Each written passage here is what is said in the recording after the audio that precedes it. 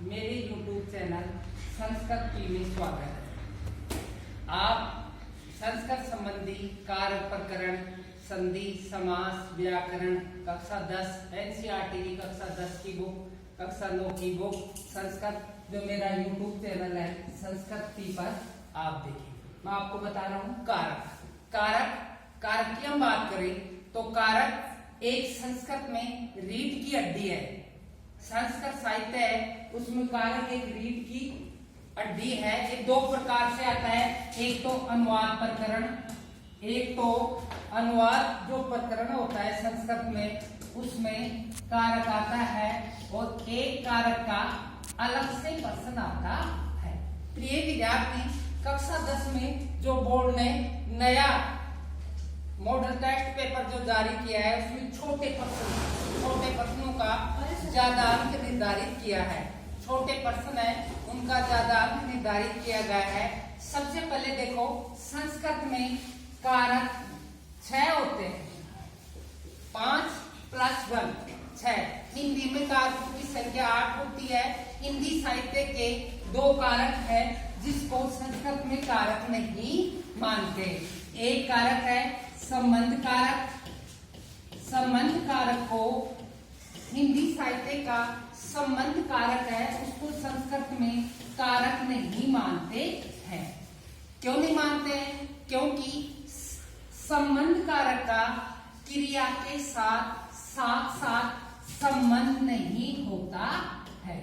जो ये क्रिया है, क्रिया का जिससे संबंध होता है वह कारक होता है, लेकिन संबंध जो कारक है उसका क्रिया के साथ संबंध न होने के कारण संस्कृत साहित्य में इसको कारक नहीं मानते हैं। और एक जो संबोधन कारक है उसमें प्रथमा विभक्ति का प्रयोग होता है। संबोधन और जो कर्ता कारक है उन दोनों में प्रथमा विभक्ति का प्रयोग होता है। इसलिए संस्कृत में कारकों की संख्या कितनी है? 6। कहीं पर भी संस्कृत में प्रश्न आए, संस्कृत कारकाणि कति सन्ति, संस्कृत में कारक कितने हैं? उत्तर आएगा 6। संस्कृत में कारकों की संख्या कितनी है? 6। अब हमारा पॉइंट है प्रथमा विभक्ति। 1 नंबर पर कौन सी विभक्ति आती है? प्रथमा विभक्ति। देखो, संस्कृत में अनेक वाक्य हैं। संस्कृत में अनेक वाक्य हैं, जैसे राम पुस्तक पढ़ता है। सामने देखो, राम पुस्तक पढ़ता है। एक ये हिंदी का वाक्य है, राम पुस्तक पढ़ता है, हिंदी का वाक्य है। संस्कृत बनाना है तो सबसे पहले यहां देखो राम। अब जब संस्कृत में इसका अनुवाद करेंगे तो हम क्या लिखेंगे? रामायण। अब ये चीज कौन बताएगा कि यहाँ राम आएगा या रामस्य आएगा या रामायण आएगा? इसके लिए आपको क्या पढ़ना पड़ेगा? कारक। कारक हमें निर्धारित जगह बताएगा कि कौन से शब्द में कौन सी विभक्ति आनी चाहिए। अब देखो, यहाँ राम आ रहा है, रामायण नहीं आ रहा है। राम क्यों आ रहा है? क्योंकि यहाँ राम कर्ता कारक है, इसलिए प्रथमा विभक्ति स्वतंत्र कर्ता। 1 नंबर का सूत्र है स्वतंत्र कर्ता। कर्ता कारक जहां होता है वहां प्रथमा विभक्ति का प्रयोग होता है। अब यहां देखो, रामायण पुस्तकम कर्ता के अनुसार क्रिया, रामायण पुस्तकम पढ़ती, तो ये राम है, ये स्वतंत्र कर्ता है, कर्ता कारक है। कर्ता कारक होने के कारण इसमें कौन सी विभक्ति हुई? प्रथमा। कौन सी विभक्ति आती है? प्रथमा। जहां कर्ता कारक आए वहां प्रथमा विभक्ति का प्रयोग होता है। यहाँ देखो, राम पुस्तक पढ़ता है तो रामायण, इसमें कौन सा कारक है? कर्ता कारक। इसमें कौन सा कारक है? कर्ता कारक। इस वजह से यहाँ कौन सी विभक्ति का प्रयोग हो रहा है? प्रथमा विभक्ति का प्रयोग। हमेशा ध्यान रखना बच्चों, जहां कर्ता कारक होगा वहां कौन सी विभक्ति आएगी? प्रथमा। कौन सी विभक्ति आएगी? प्रथमा। स्वतंत्रकर्ता सूत्र से कौन सी विभक्ति आएगी? प्रथमा। मोहन विद्यालय जाता है।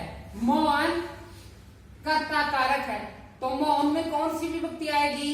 प्रथमा। एक नंबर की विभक्ति कौन से कारक में आती है? कर्ता कारक में। 2 नंबर पर आओ, कौन सी विभक्ति की बात बता रहा हूं मैं? प्रथमा। प्रथमा विभक्ति में 2 नंबर पर आओ। 2 नंबर पर है प्रतिपदिकार। प्रतिपदिकार। बहुत से बच्चे देख रहे हैं कि ये क्या है? प्रतिपदिकार का मतलब होता है शब्द में जब तक कोई विभक्ति नहीं लगती है तब तक वह क्या रहता है? प्रतिपदिकार। जैसे राम है, कोई विभक्ति नहीं लग रही है। एक तरफ यहां देखो, रामस्य, रामे, इनमें विभक्ति लगी हुई है, तो यह प्रतिपदिकार शब्द नहीं है। जिस शब्द में जब तक कोई विभक्ति नहीं लगती है तब तक वह क्या रहता है? प्रतिपदिकार। और प्रतिपदिकार कहे जाने वाले शब्दों में कौन सी विभक्ति का प्रयोग होता है? प्रथमा विभक्ति का प्रयोग होता है। जैसे राम, कृष्ण, इनमें कौन सी विभक्ति आएगी? प्रथमा। अब बोर्ड में कैसे आएंगे? प्रश्न देखो, रामायण अधोलिखित शब्दानी नीचे दिए गए शब्दों में कौन सी विभक्ति है? जैसे राम है, तो इसमें कौन सी विभक्ति आएगी? उत्तर में प्रथमा विभक्ति। प्रथमा विभक्ति क्यों है? क्योंकि यह प्रतिपदिकार शब्द है। क्योंकि यह प्रतिपदिकार शब्द है। 2 बातें मैंने बताई। नंबर 1 पर तो क्या है? स्वतंत्रकर्ता। कर्ता कारक में कौन सी विभक्ति का प्रयोग होता है? प्रथमा विभक्ति का। और प्रतिपदिकार शब्दों में कौन सी विभक्ति का प्रयोग होता है? प्रथमा विभक्ति का प्रयोग। 3 नंबर पर आओ, विभक्ति कौन सी बता रहा हूं मैं आपको? प्रथमा विभक्ति। 3 नंबर पर आओ, परिमाण। परिमाण, किसी भी वस्तु का परिमाण बताने के लिए, नाप या वजन बताने के लिए कौन सी विभक्ति का प्रयोग होता है? प्रथमा विभक्ति का प्रयोग होता है। प्रतिपदिकार, अर्थ, परिणाम, वचन मात्र। 4 नंबर पर देखो, वचन, एक वचन, द्विवचन और बहुवचन बताने के लिए प्रथमा विभक्ति का प्रयोग होता है।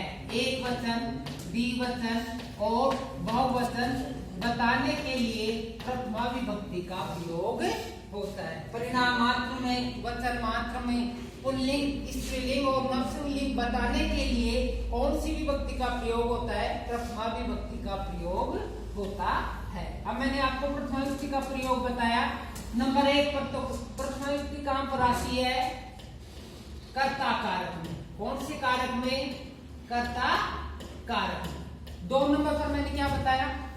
खड़े हो भैया। 2 नंबर पर, हाँ, प्रतिपदिकार। प्रतिपदिकार। प्रतिपदिकार क्या होते हैं? शब्द में जब तक कोई विभक्ति नहीं लगती है तब तक क्या होता है? वो प्रतिपदिकार। और प्रतिपदिकार शब्दों में कौन सी विभक्ति का प्रयोग होता है? प्रथमा विभक्ति का प्रयोग होता है। 3 नंबर पर मैंने क्या बताया? नाप या वजन। 1 लीटर दुग्धम, 1 लीटर दूध। नाप, वजन, 50 किलो वजन। नाप या वजन बताने के लिए कौन सी विभक्ति का प्रयोग होता है? प्रथमा विभक्ति का प्रयोग होता है। एक वचन, द्विवचन और बहुवचन। एक वचन जिसमें एक वस्तु का बोध हो, द्विवचन जिसमें 2 वस्तु का बोध हो, बहुवचन 2 से ज्यादा अनेक वस्तु का बोध हो। एक वचन, द्विवचन और बहुवचन बताने के लिए कौन सी विभक्ति आती है? 1 नंबर की प्रथमा विभक्ति का प्रयोग होता है। पुल्लिंग, स्त्रीलिंग और नपुंसकलिंग बताने के लिए कौन सी विभक्ति का प्रयोग होता है? प्रथमा विभक्ति का प्रयोग होता है। जैसे मैं बोल रहा हूँ, प्रथमा विभक्ति की बात करें हम तो 1, 2, 3, 4, 5 कितने कोड हो गए? 5। प्रथमा विभक्ति में कितने कोड हो गए? 5। कभी भी मैं आपसे पूछ सकता हूँ कोड 5। कोड 5 का मतलब क्या हुआ? प्रथमा विभक्ति का प्रयोग। नंबर 1 पर कर्ता कारक में कौन सी विभक्ति? प्रथमा। नंबर 2 पर प्रतिपदिकार्थ में कौन सी विभक्ति? प्रथमा। नंबर 3 पर नाप या वजन बताने के लिए कौन सी विभक्ति? प्रथमा। नंबर 4 पर पुल्लिंग, स्त्रीलिंग और नपुंसकलिंग बताने के लिए कौन सी विभक्ति का प्रयोग? प्रथमा विभक्ति का प्रयोग। नंबर 5 पर एक वचन, द्विवचन और बहुवचन बताने के लिए प्रथमा विभक्ति का प्रयोग होता है। इस प्रकार से संस्कृत जो साहित्य उसमें आप प्रथमा विभक्ति देखते हो, प्रथमा विभक्ति का प्रयोग होता